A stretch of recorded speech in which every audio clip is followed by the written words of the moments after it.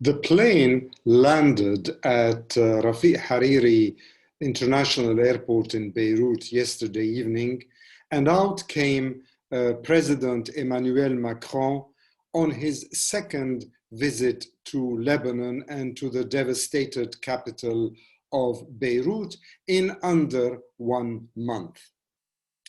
And his visit, his second visit, coincided almost day to day, if not hour to hour, with the Lebanese parliament endorsing Mustafa Adib, Dr. Mustafa Adib, as the new prime minister designate of Lebanon to take over from caretaker Hassan Diab once he manages to form his government and put it in shape together.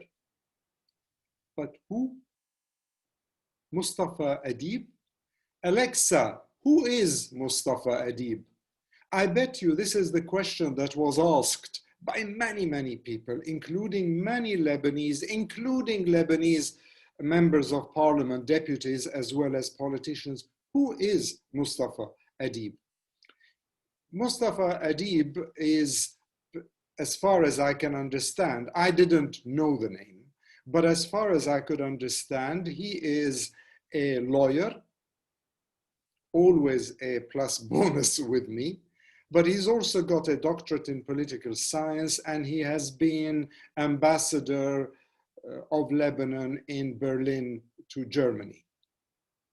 Now, he was plucked out of his position, out of the embassy in Berlin, hastily, so hastily, in fact, that he didn't have time to do his PCR, his coronavirus test, and he was brought back to Lebanon in order to rush into the appointment, the designation as the new Prime Minister of Lebanon. All this happened just as President Emmanuel Macron's plane was taking off from Paris on its way to Beirut. So welcome to yet another episode, number 14, of Intuitive Reactions, the MENA and Gulf regions. Now, in general, I am not one of those people who pretends to be omniscient, who pretends to know everything, who pretends to have an answer for everything. I mean, I look at some of the people who are paraded on television, who come to the radio, and then who are on webinars and conferences, and you wonder, where did they get their experience, their knowledge from, that they are coming and analyzing, observing, speaking on behalf of political systems and political designs. I tend to be a little bit, in my own opinion, a little bit more modest in my approach, in that I tend to listen to a lot of people and their analyses. So over the last few months, since the revolution started in Lebanon, the second wave, as I call it, of the Arab Spring, so-called, which included Iraq, which included Sudan, which included Algeria, and in my opinion also included Lebanon. I listen to many of the analysts on the ground, or people who have an instinctive understanding, an intuitive understanding perhaps even, of Lebanon. People like, I don't know, Carmen Jaha, Maha Yahya, Rami Khouri, Ziad al-Sayir, Paul Salim. I even yesterday spent some time listening to the now resigned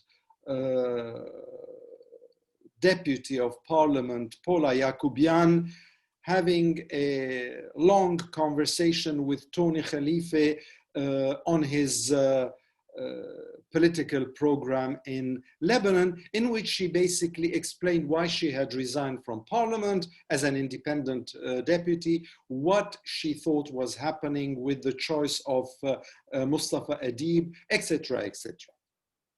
So the first thing I would say is that there is a stark difference between Hassan Diab and Mustafa Adib in terms of a political choice. Why?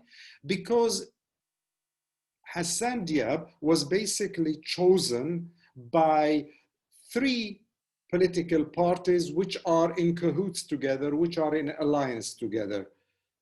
Hezbollah and Amal, both Shia dominant parties in Lebanon. They're known as the Shiite duo. And the Free Patriotic Movement of Gibran Bassil, which basically his father-in-law, the president, created a while back. Hassan Diab was basically a choice by those three.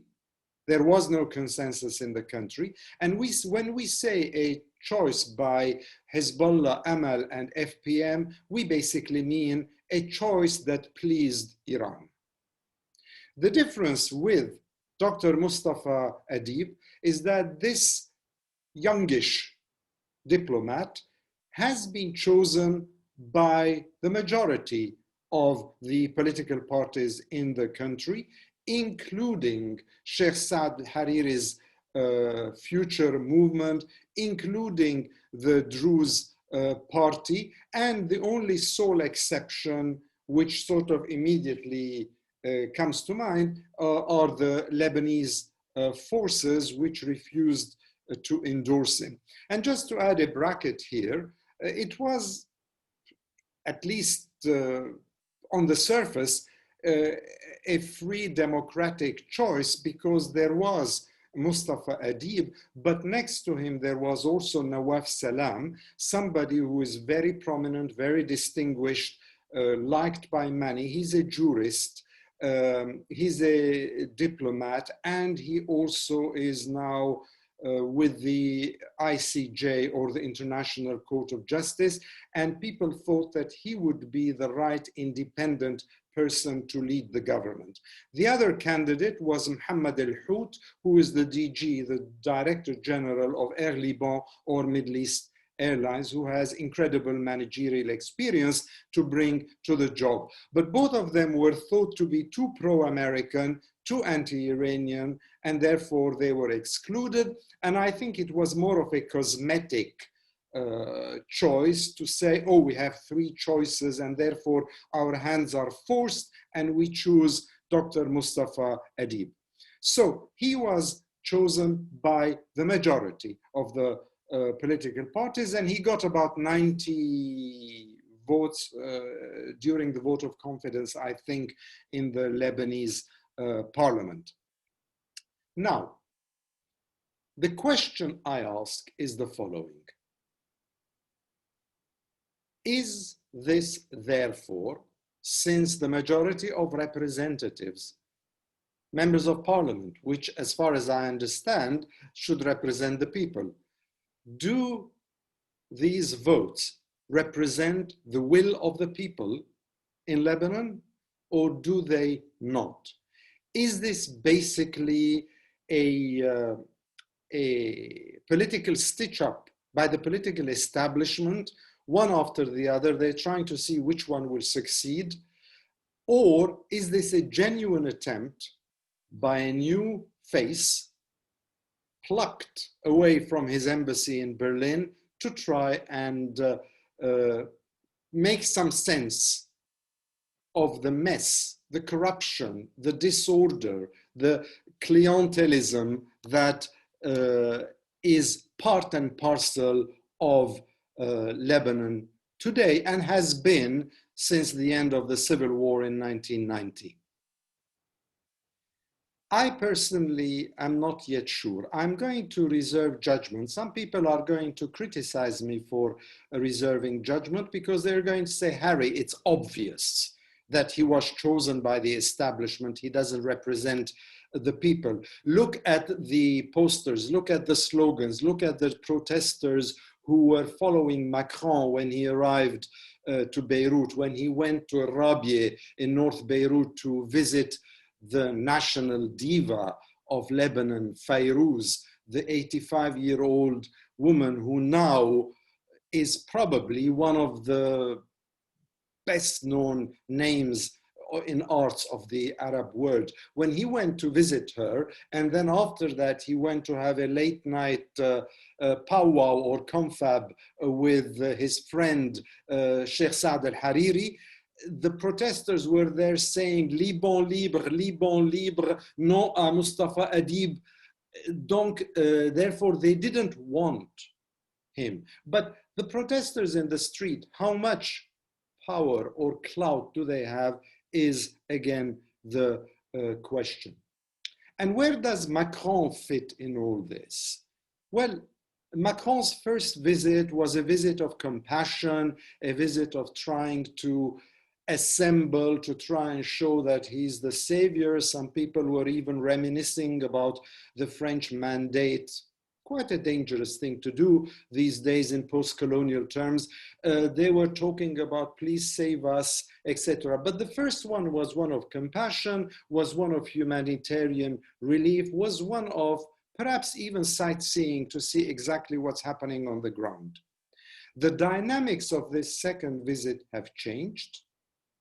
Macron is no longer the hero of all the people of Lebanon because people are suspecting that he is the one who actually forced the hand of the Lebanese politicians, directly or indirectly, in different ways, to appoint Mustafa Adib, a man of the establishment, a man of the system, in order to keep everybody happy, not to shake the system too much, and also to please Iran to a certain extent, in that this could open up an EU or Franco-Iranian relationship in the future, at a time when America is terribly busy with the US presidential elections, and therefore Trump is not having a hands-on impact on it. Yes, I know, people came and went. There have been politicians galore coming in and out of Lebanon, but Trump is busy trying to save his own skin in the United States from coronavirus, from racism, from violence, from the elections on the 3rd of November. And therefore, Macron has given himself the role of being the person who steers Lebanon forward. And in doing so, he shows to the French people in France as well, to us all, that he can achieve things abroad as well in foreign policy terms. And at the same time, that Turkey, which has had its outreach in places like Libya, in places like Syria and Iraq, I think Turkey is also trying to muscle in on the Lebanese scene. Everybody is doing it anyway. It's not only Turkey. Everybody who can do something wants to impact the situation in Lebanon and elsewhere. But Turkey today is far less welcome in Lebanon than it was 10 years ago.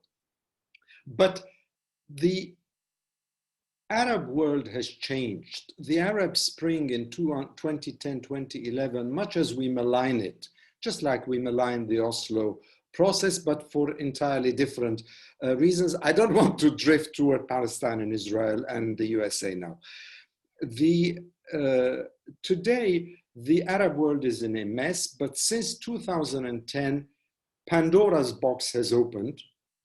The genie has come out of the bottle, and it is proving very difficult for those with interest, with corruption, with clientelism, with the people who are holding the power, be that the politicians, be that the ministers in government across the Arab MENA world, be it the financial sector, the bankers, etc. All of them are trying to hold on to their own interests and to their own profits, and desperately trying to counter move against the Arab Spring, which basically is a popular movement by the Arab masses, men and women alike, who are saying enough is enough. We're tired. Look at the Arab world today.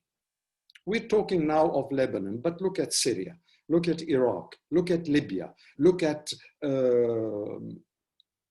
whereas Algeria, look at all the Tunisia, every country is in a state of flux. Interestingly enough, Dr. Mustafa Adib was basically, he basically gained the vote of confidence in parliament at the same time today that Hichem Mchichi, the Tunisian prime minister designate, will be voted into office as prime minister with the support of Al-Nahda party as well. So the Arab world is in an absolute mess, but there is so much mess that has accumulated over so many decades of injustices, of corruption, of false imprisonments, of non-justiciable crimes. All these things have been put together with the politicians getting fatter and richer and the people getting poorer and leaner, that all this has come out in such a gush that at the moment there is an absolute daze as to how we deal with it. So this is part and parcel. It's not the entire story. I only have a few minutes on YouTube and I'm boring you enough already with my episodes. But this is part and parcel of what the Arab world is trying to cope with. People who are stuck and who do not want to leave their posts because they do not want to leave their interests, because they're worried about being persecuted in courts, and the people who are desperate, who are saying, we haven't got anything left, we don't want this. This is why it's always no, no, no, we want something else. But that no, no, no, we want something else. And this is where I qualify as a conclusion my thoughts. This no, no, no is also dangerous, because what we have to realize, what the peoples of the Arab world, Lebanon today, since I'm focusing on Lebanon, should realize, and I know that this also is not going to be in agreement with some of my colleagues and friends who listen to me or communicate with me, the peoples also need implementing tools. They need to have the structure, the roadmap, the ability to move forward. It is one thing to say, we don't want everything. It is another to say what we want. And in my opinion, with due respect to all those revolutionary uprisings, as I've said once, Rami Khouri's favorite expression in this context, what we need, what the people need, what those in Lebanon and elsewhere need is not clear. Yes, the slogans are clear, the maxims are clear, the thoughts are clear. How do you implement it? How do you make it happen without totally fracturing and completely breaking up a state? We talk about failed states, but there are failed states and there are failed states. So all I'm saying basically is that, coming back and wrapping it up in a sense, that in my opinion, yes, I believe that the prime minister designate is a political appointment coming from the establishment, does not necessarily represent all the demands of the peoples. However, what I want to do is, and perhaps I'm wrong, is to give him a chance. And my chance at the moment is quite short term, actually. It has nothing to do with Macron wanting him in the Grand Sérail in the Prime Minister's office. My test is, what is the statement of mission of the government? That would be telling whether he's really going to go after the elusive dollars and the abundant lollars, or whether he's going to sort of try and prevaricate. The mission statement is important. And the second thing are, who are the ministers who are going to be appointed to his cabinet? Will he be allowed? Of course he's controlled, but will he be allowed some margin of maneuver to choose people who have independent integrity? Or will it be a question of being told, like one of those string puppets, told who should go into government and who shouldn't, in which case it's a dead end anyway. And my opinion, and I'll add another prognostication, this government is one that will lead us to the US presidential elections. And once we know whether Trump or Biden win the election and become president in January 2021, I think then the dynamics of Europe, Iran, Saudi Arabia, the world will become clearer, and so will Lebanon, and so will the future of Lebanon. So am I trying to say that this is a temporary, let's keep it alive, a country, a state, a nation that is in resuscitation until such time as we know what happens in the United States? Or is this really a kairos, a moment of opportunity where Lebanon could move forward and reflect the will of the people of Lebanon, who, let us not forget, because we're beginning to forget already, that there was a massive blast that devastated so many neighborhoods in Lebanon less than a month ago. So take care. If I manage to inconvenience people, this is my opinion and my right. And I wish Lebanon all the best, because I keep saying this time and time again. Lebanon is not only for the Lebanese, Lebanon is for all of us, because Lebanon is a message. Take care and all the best to you this week ahead.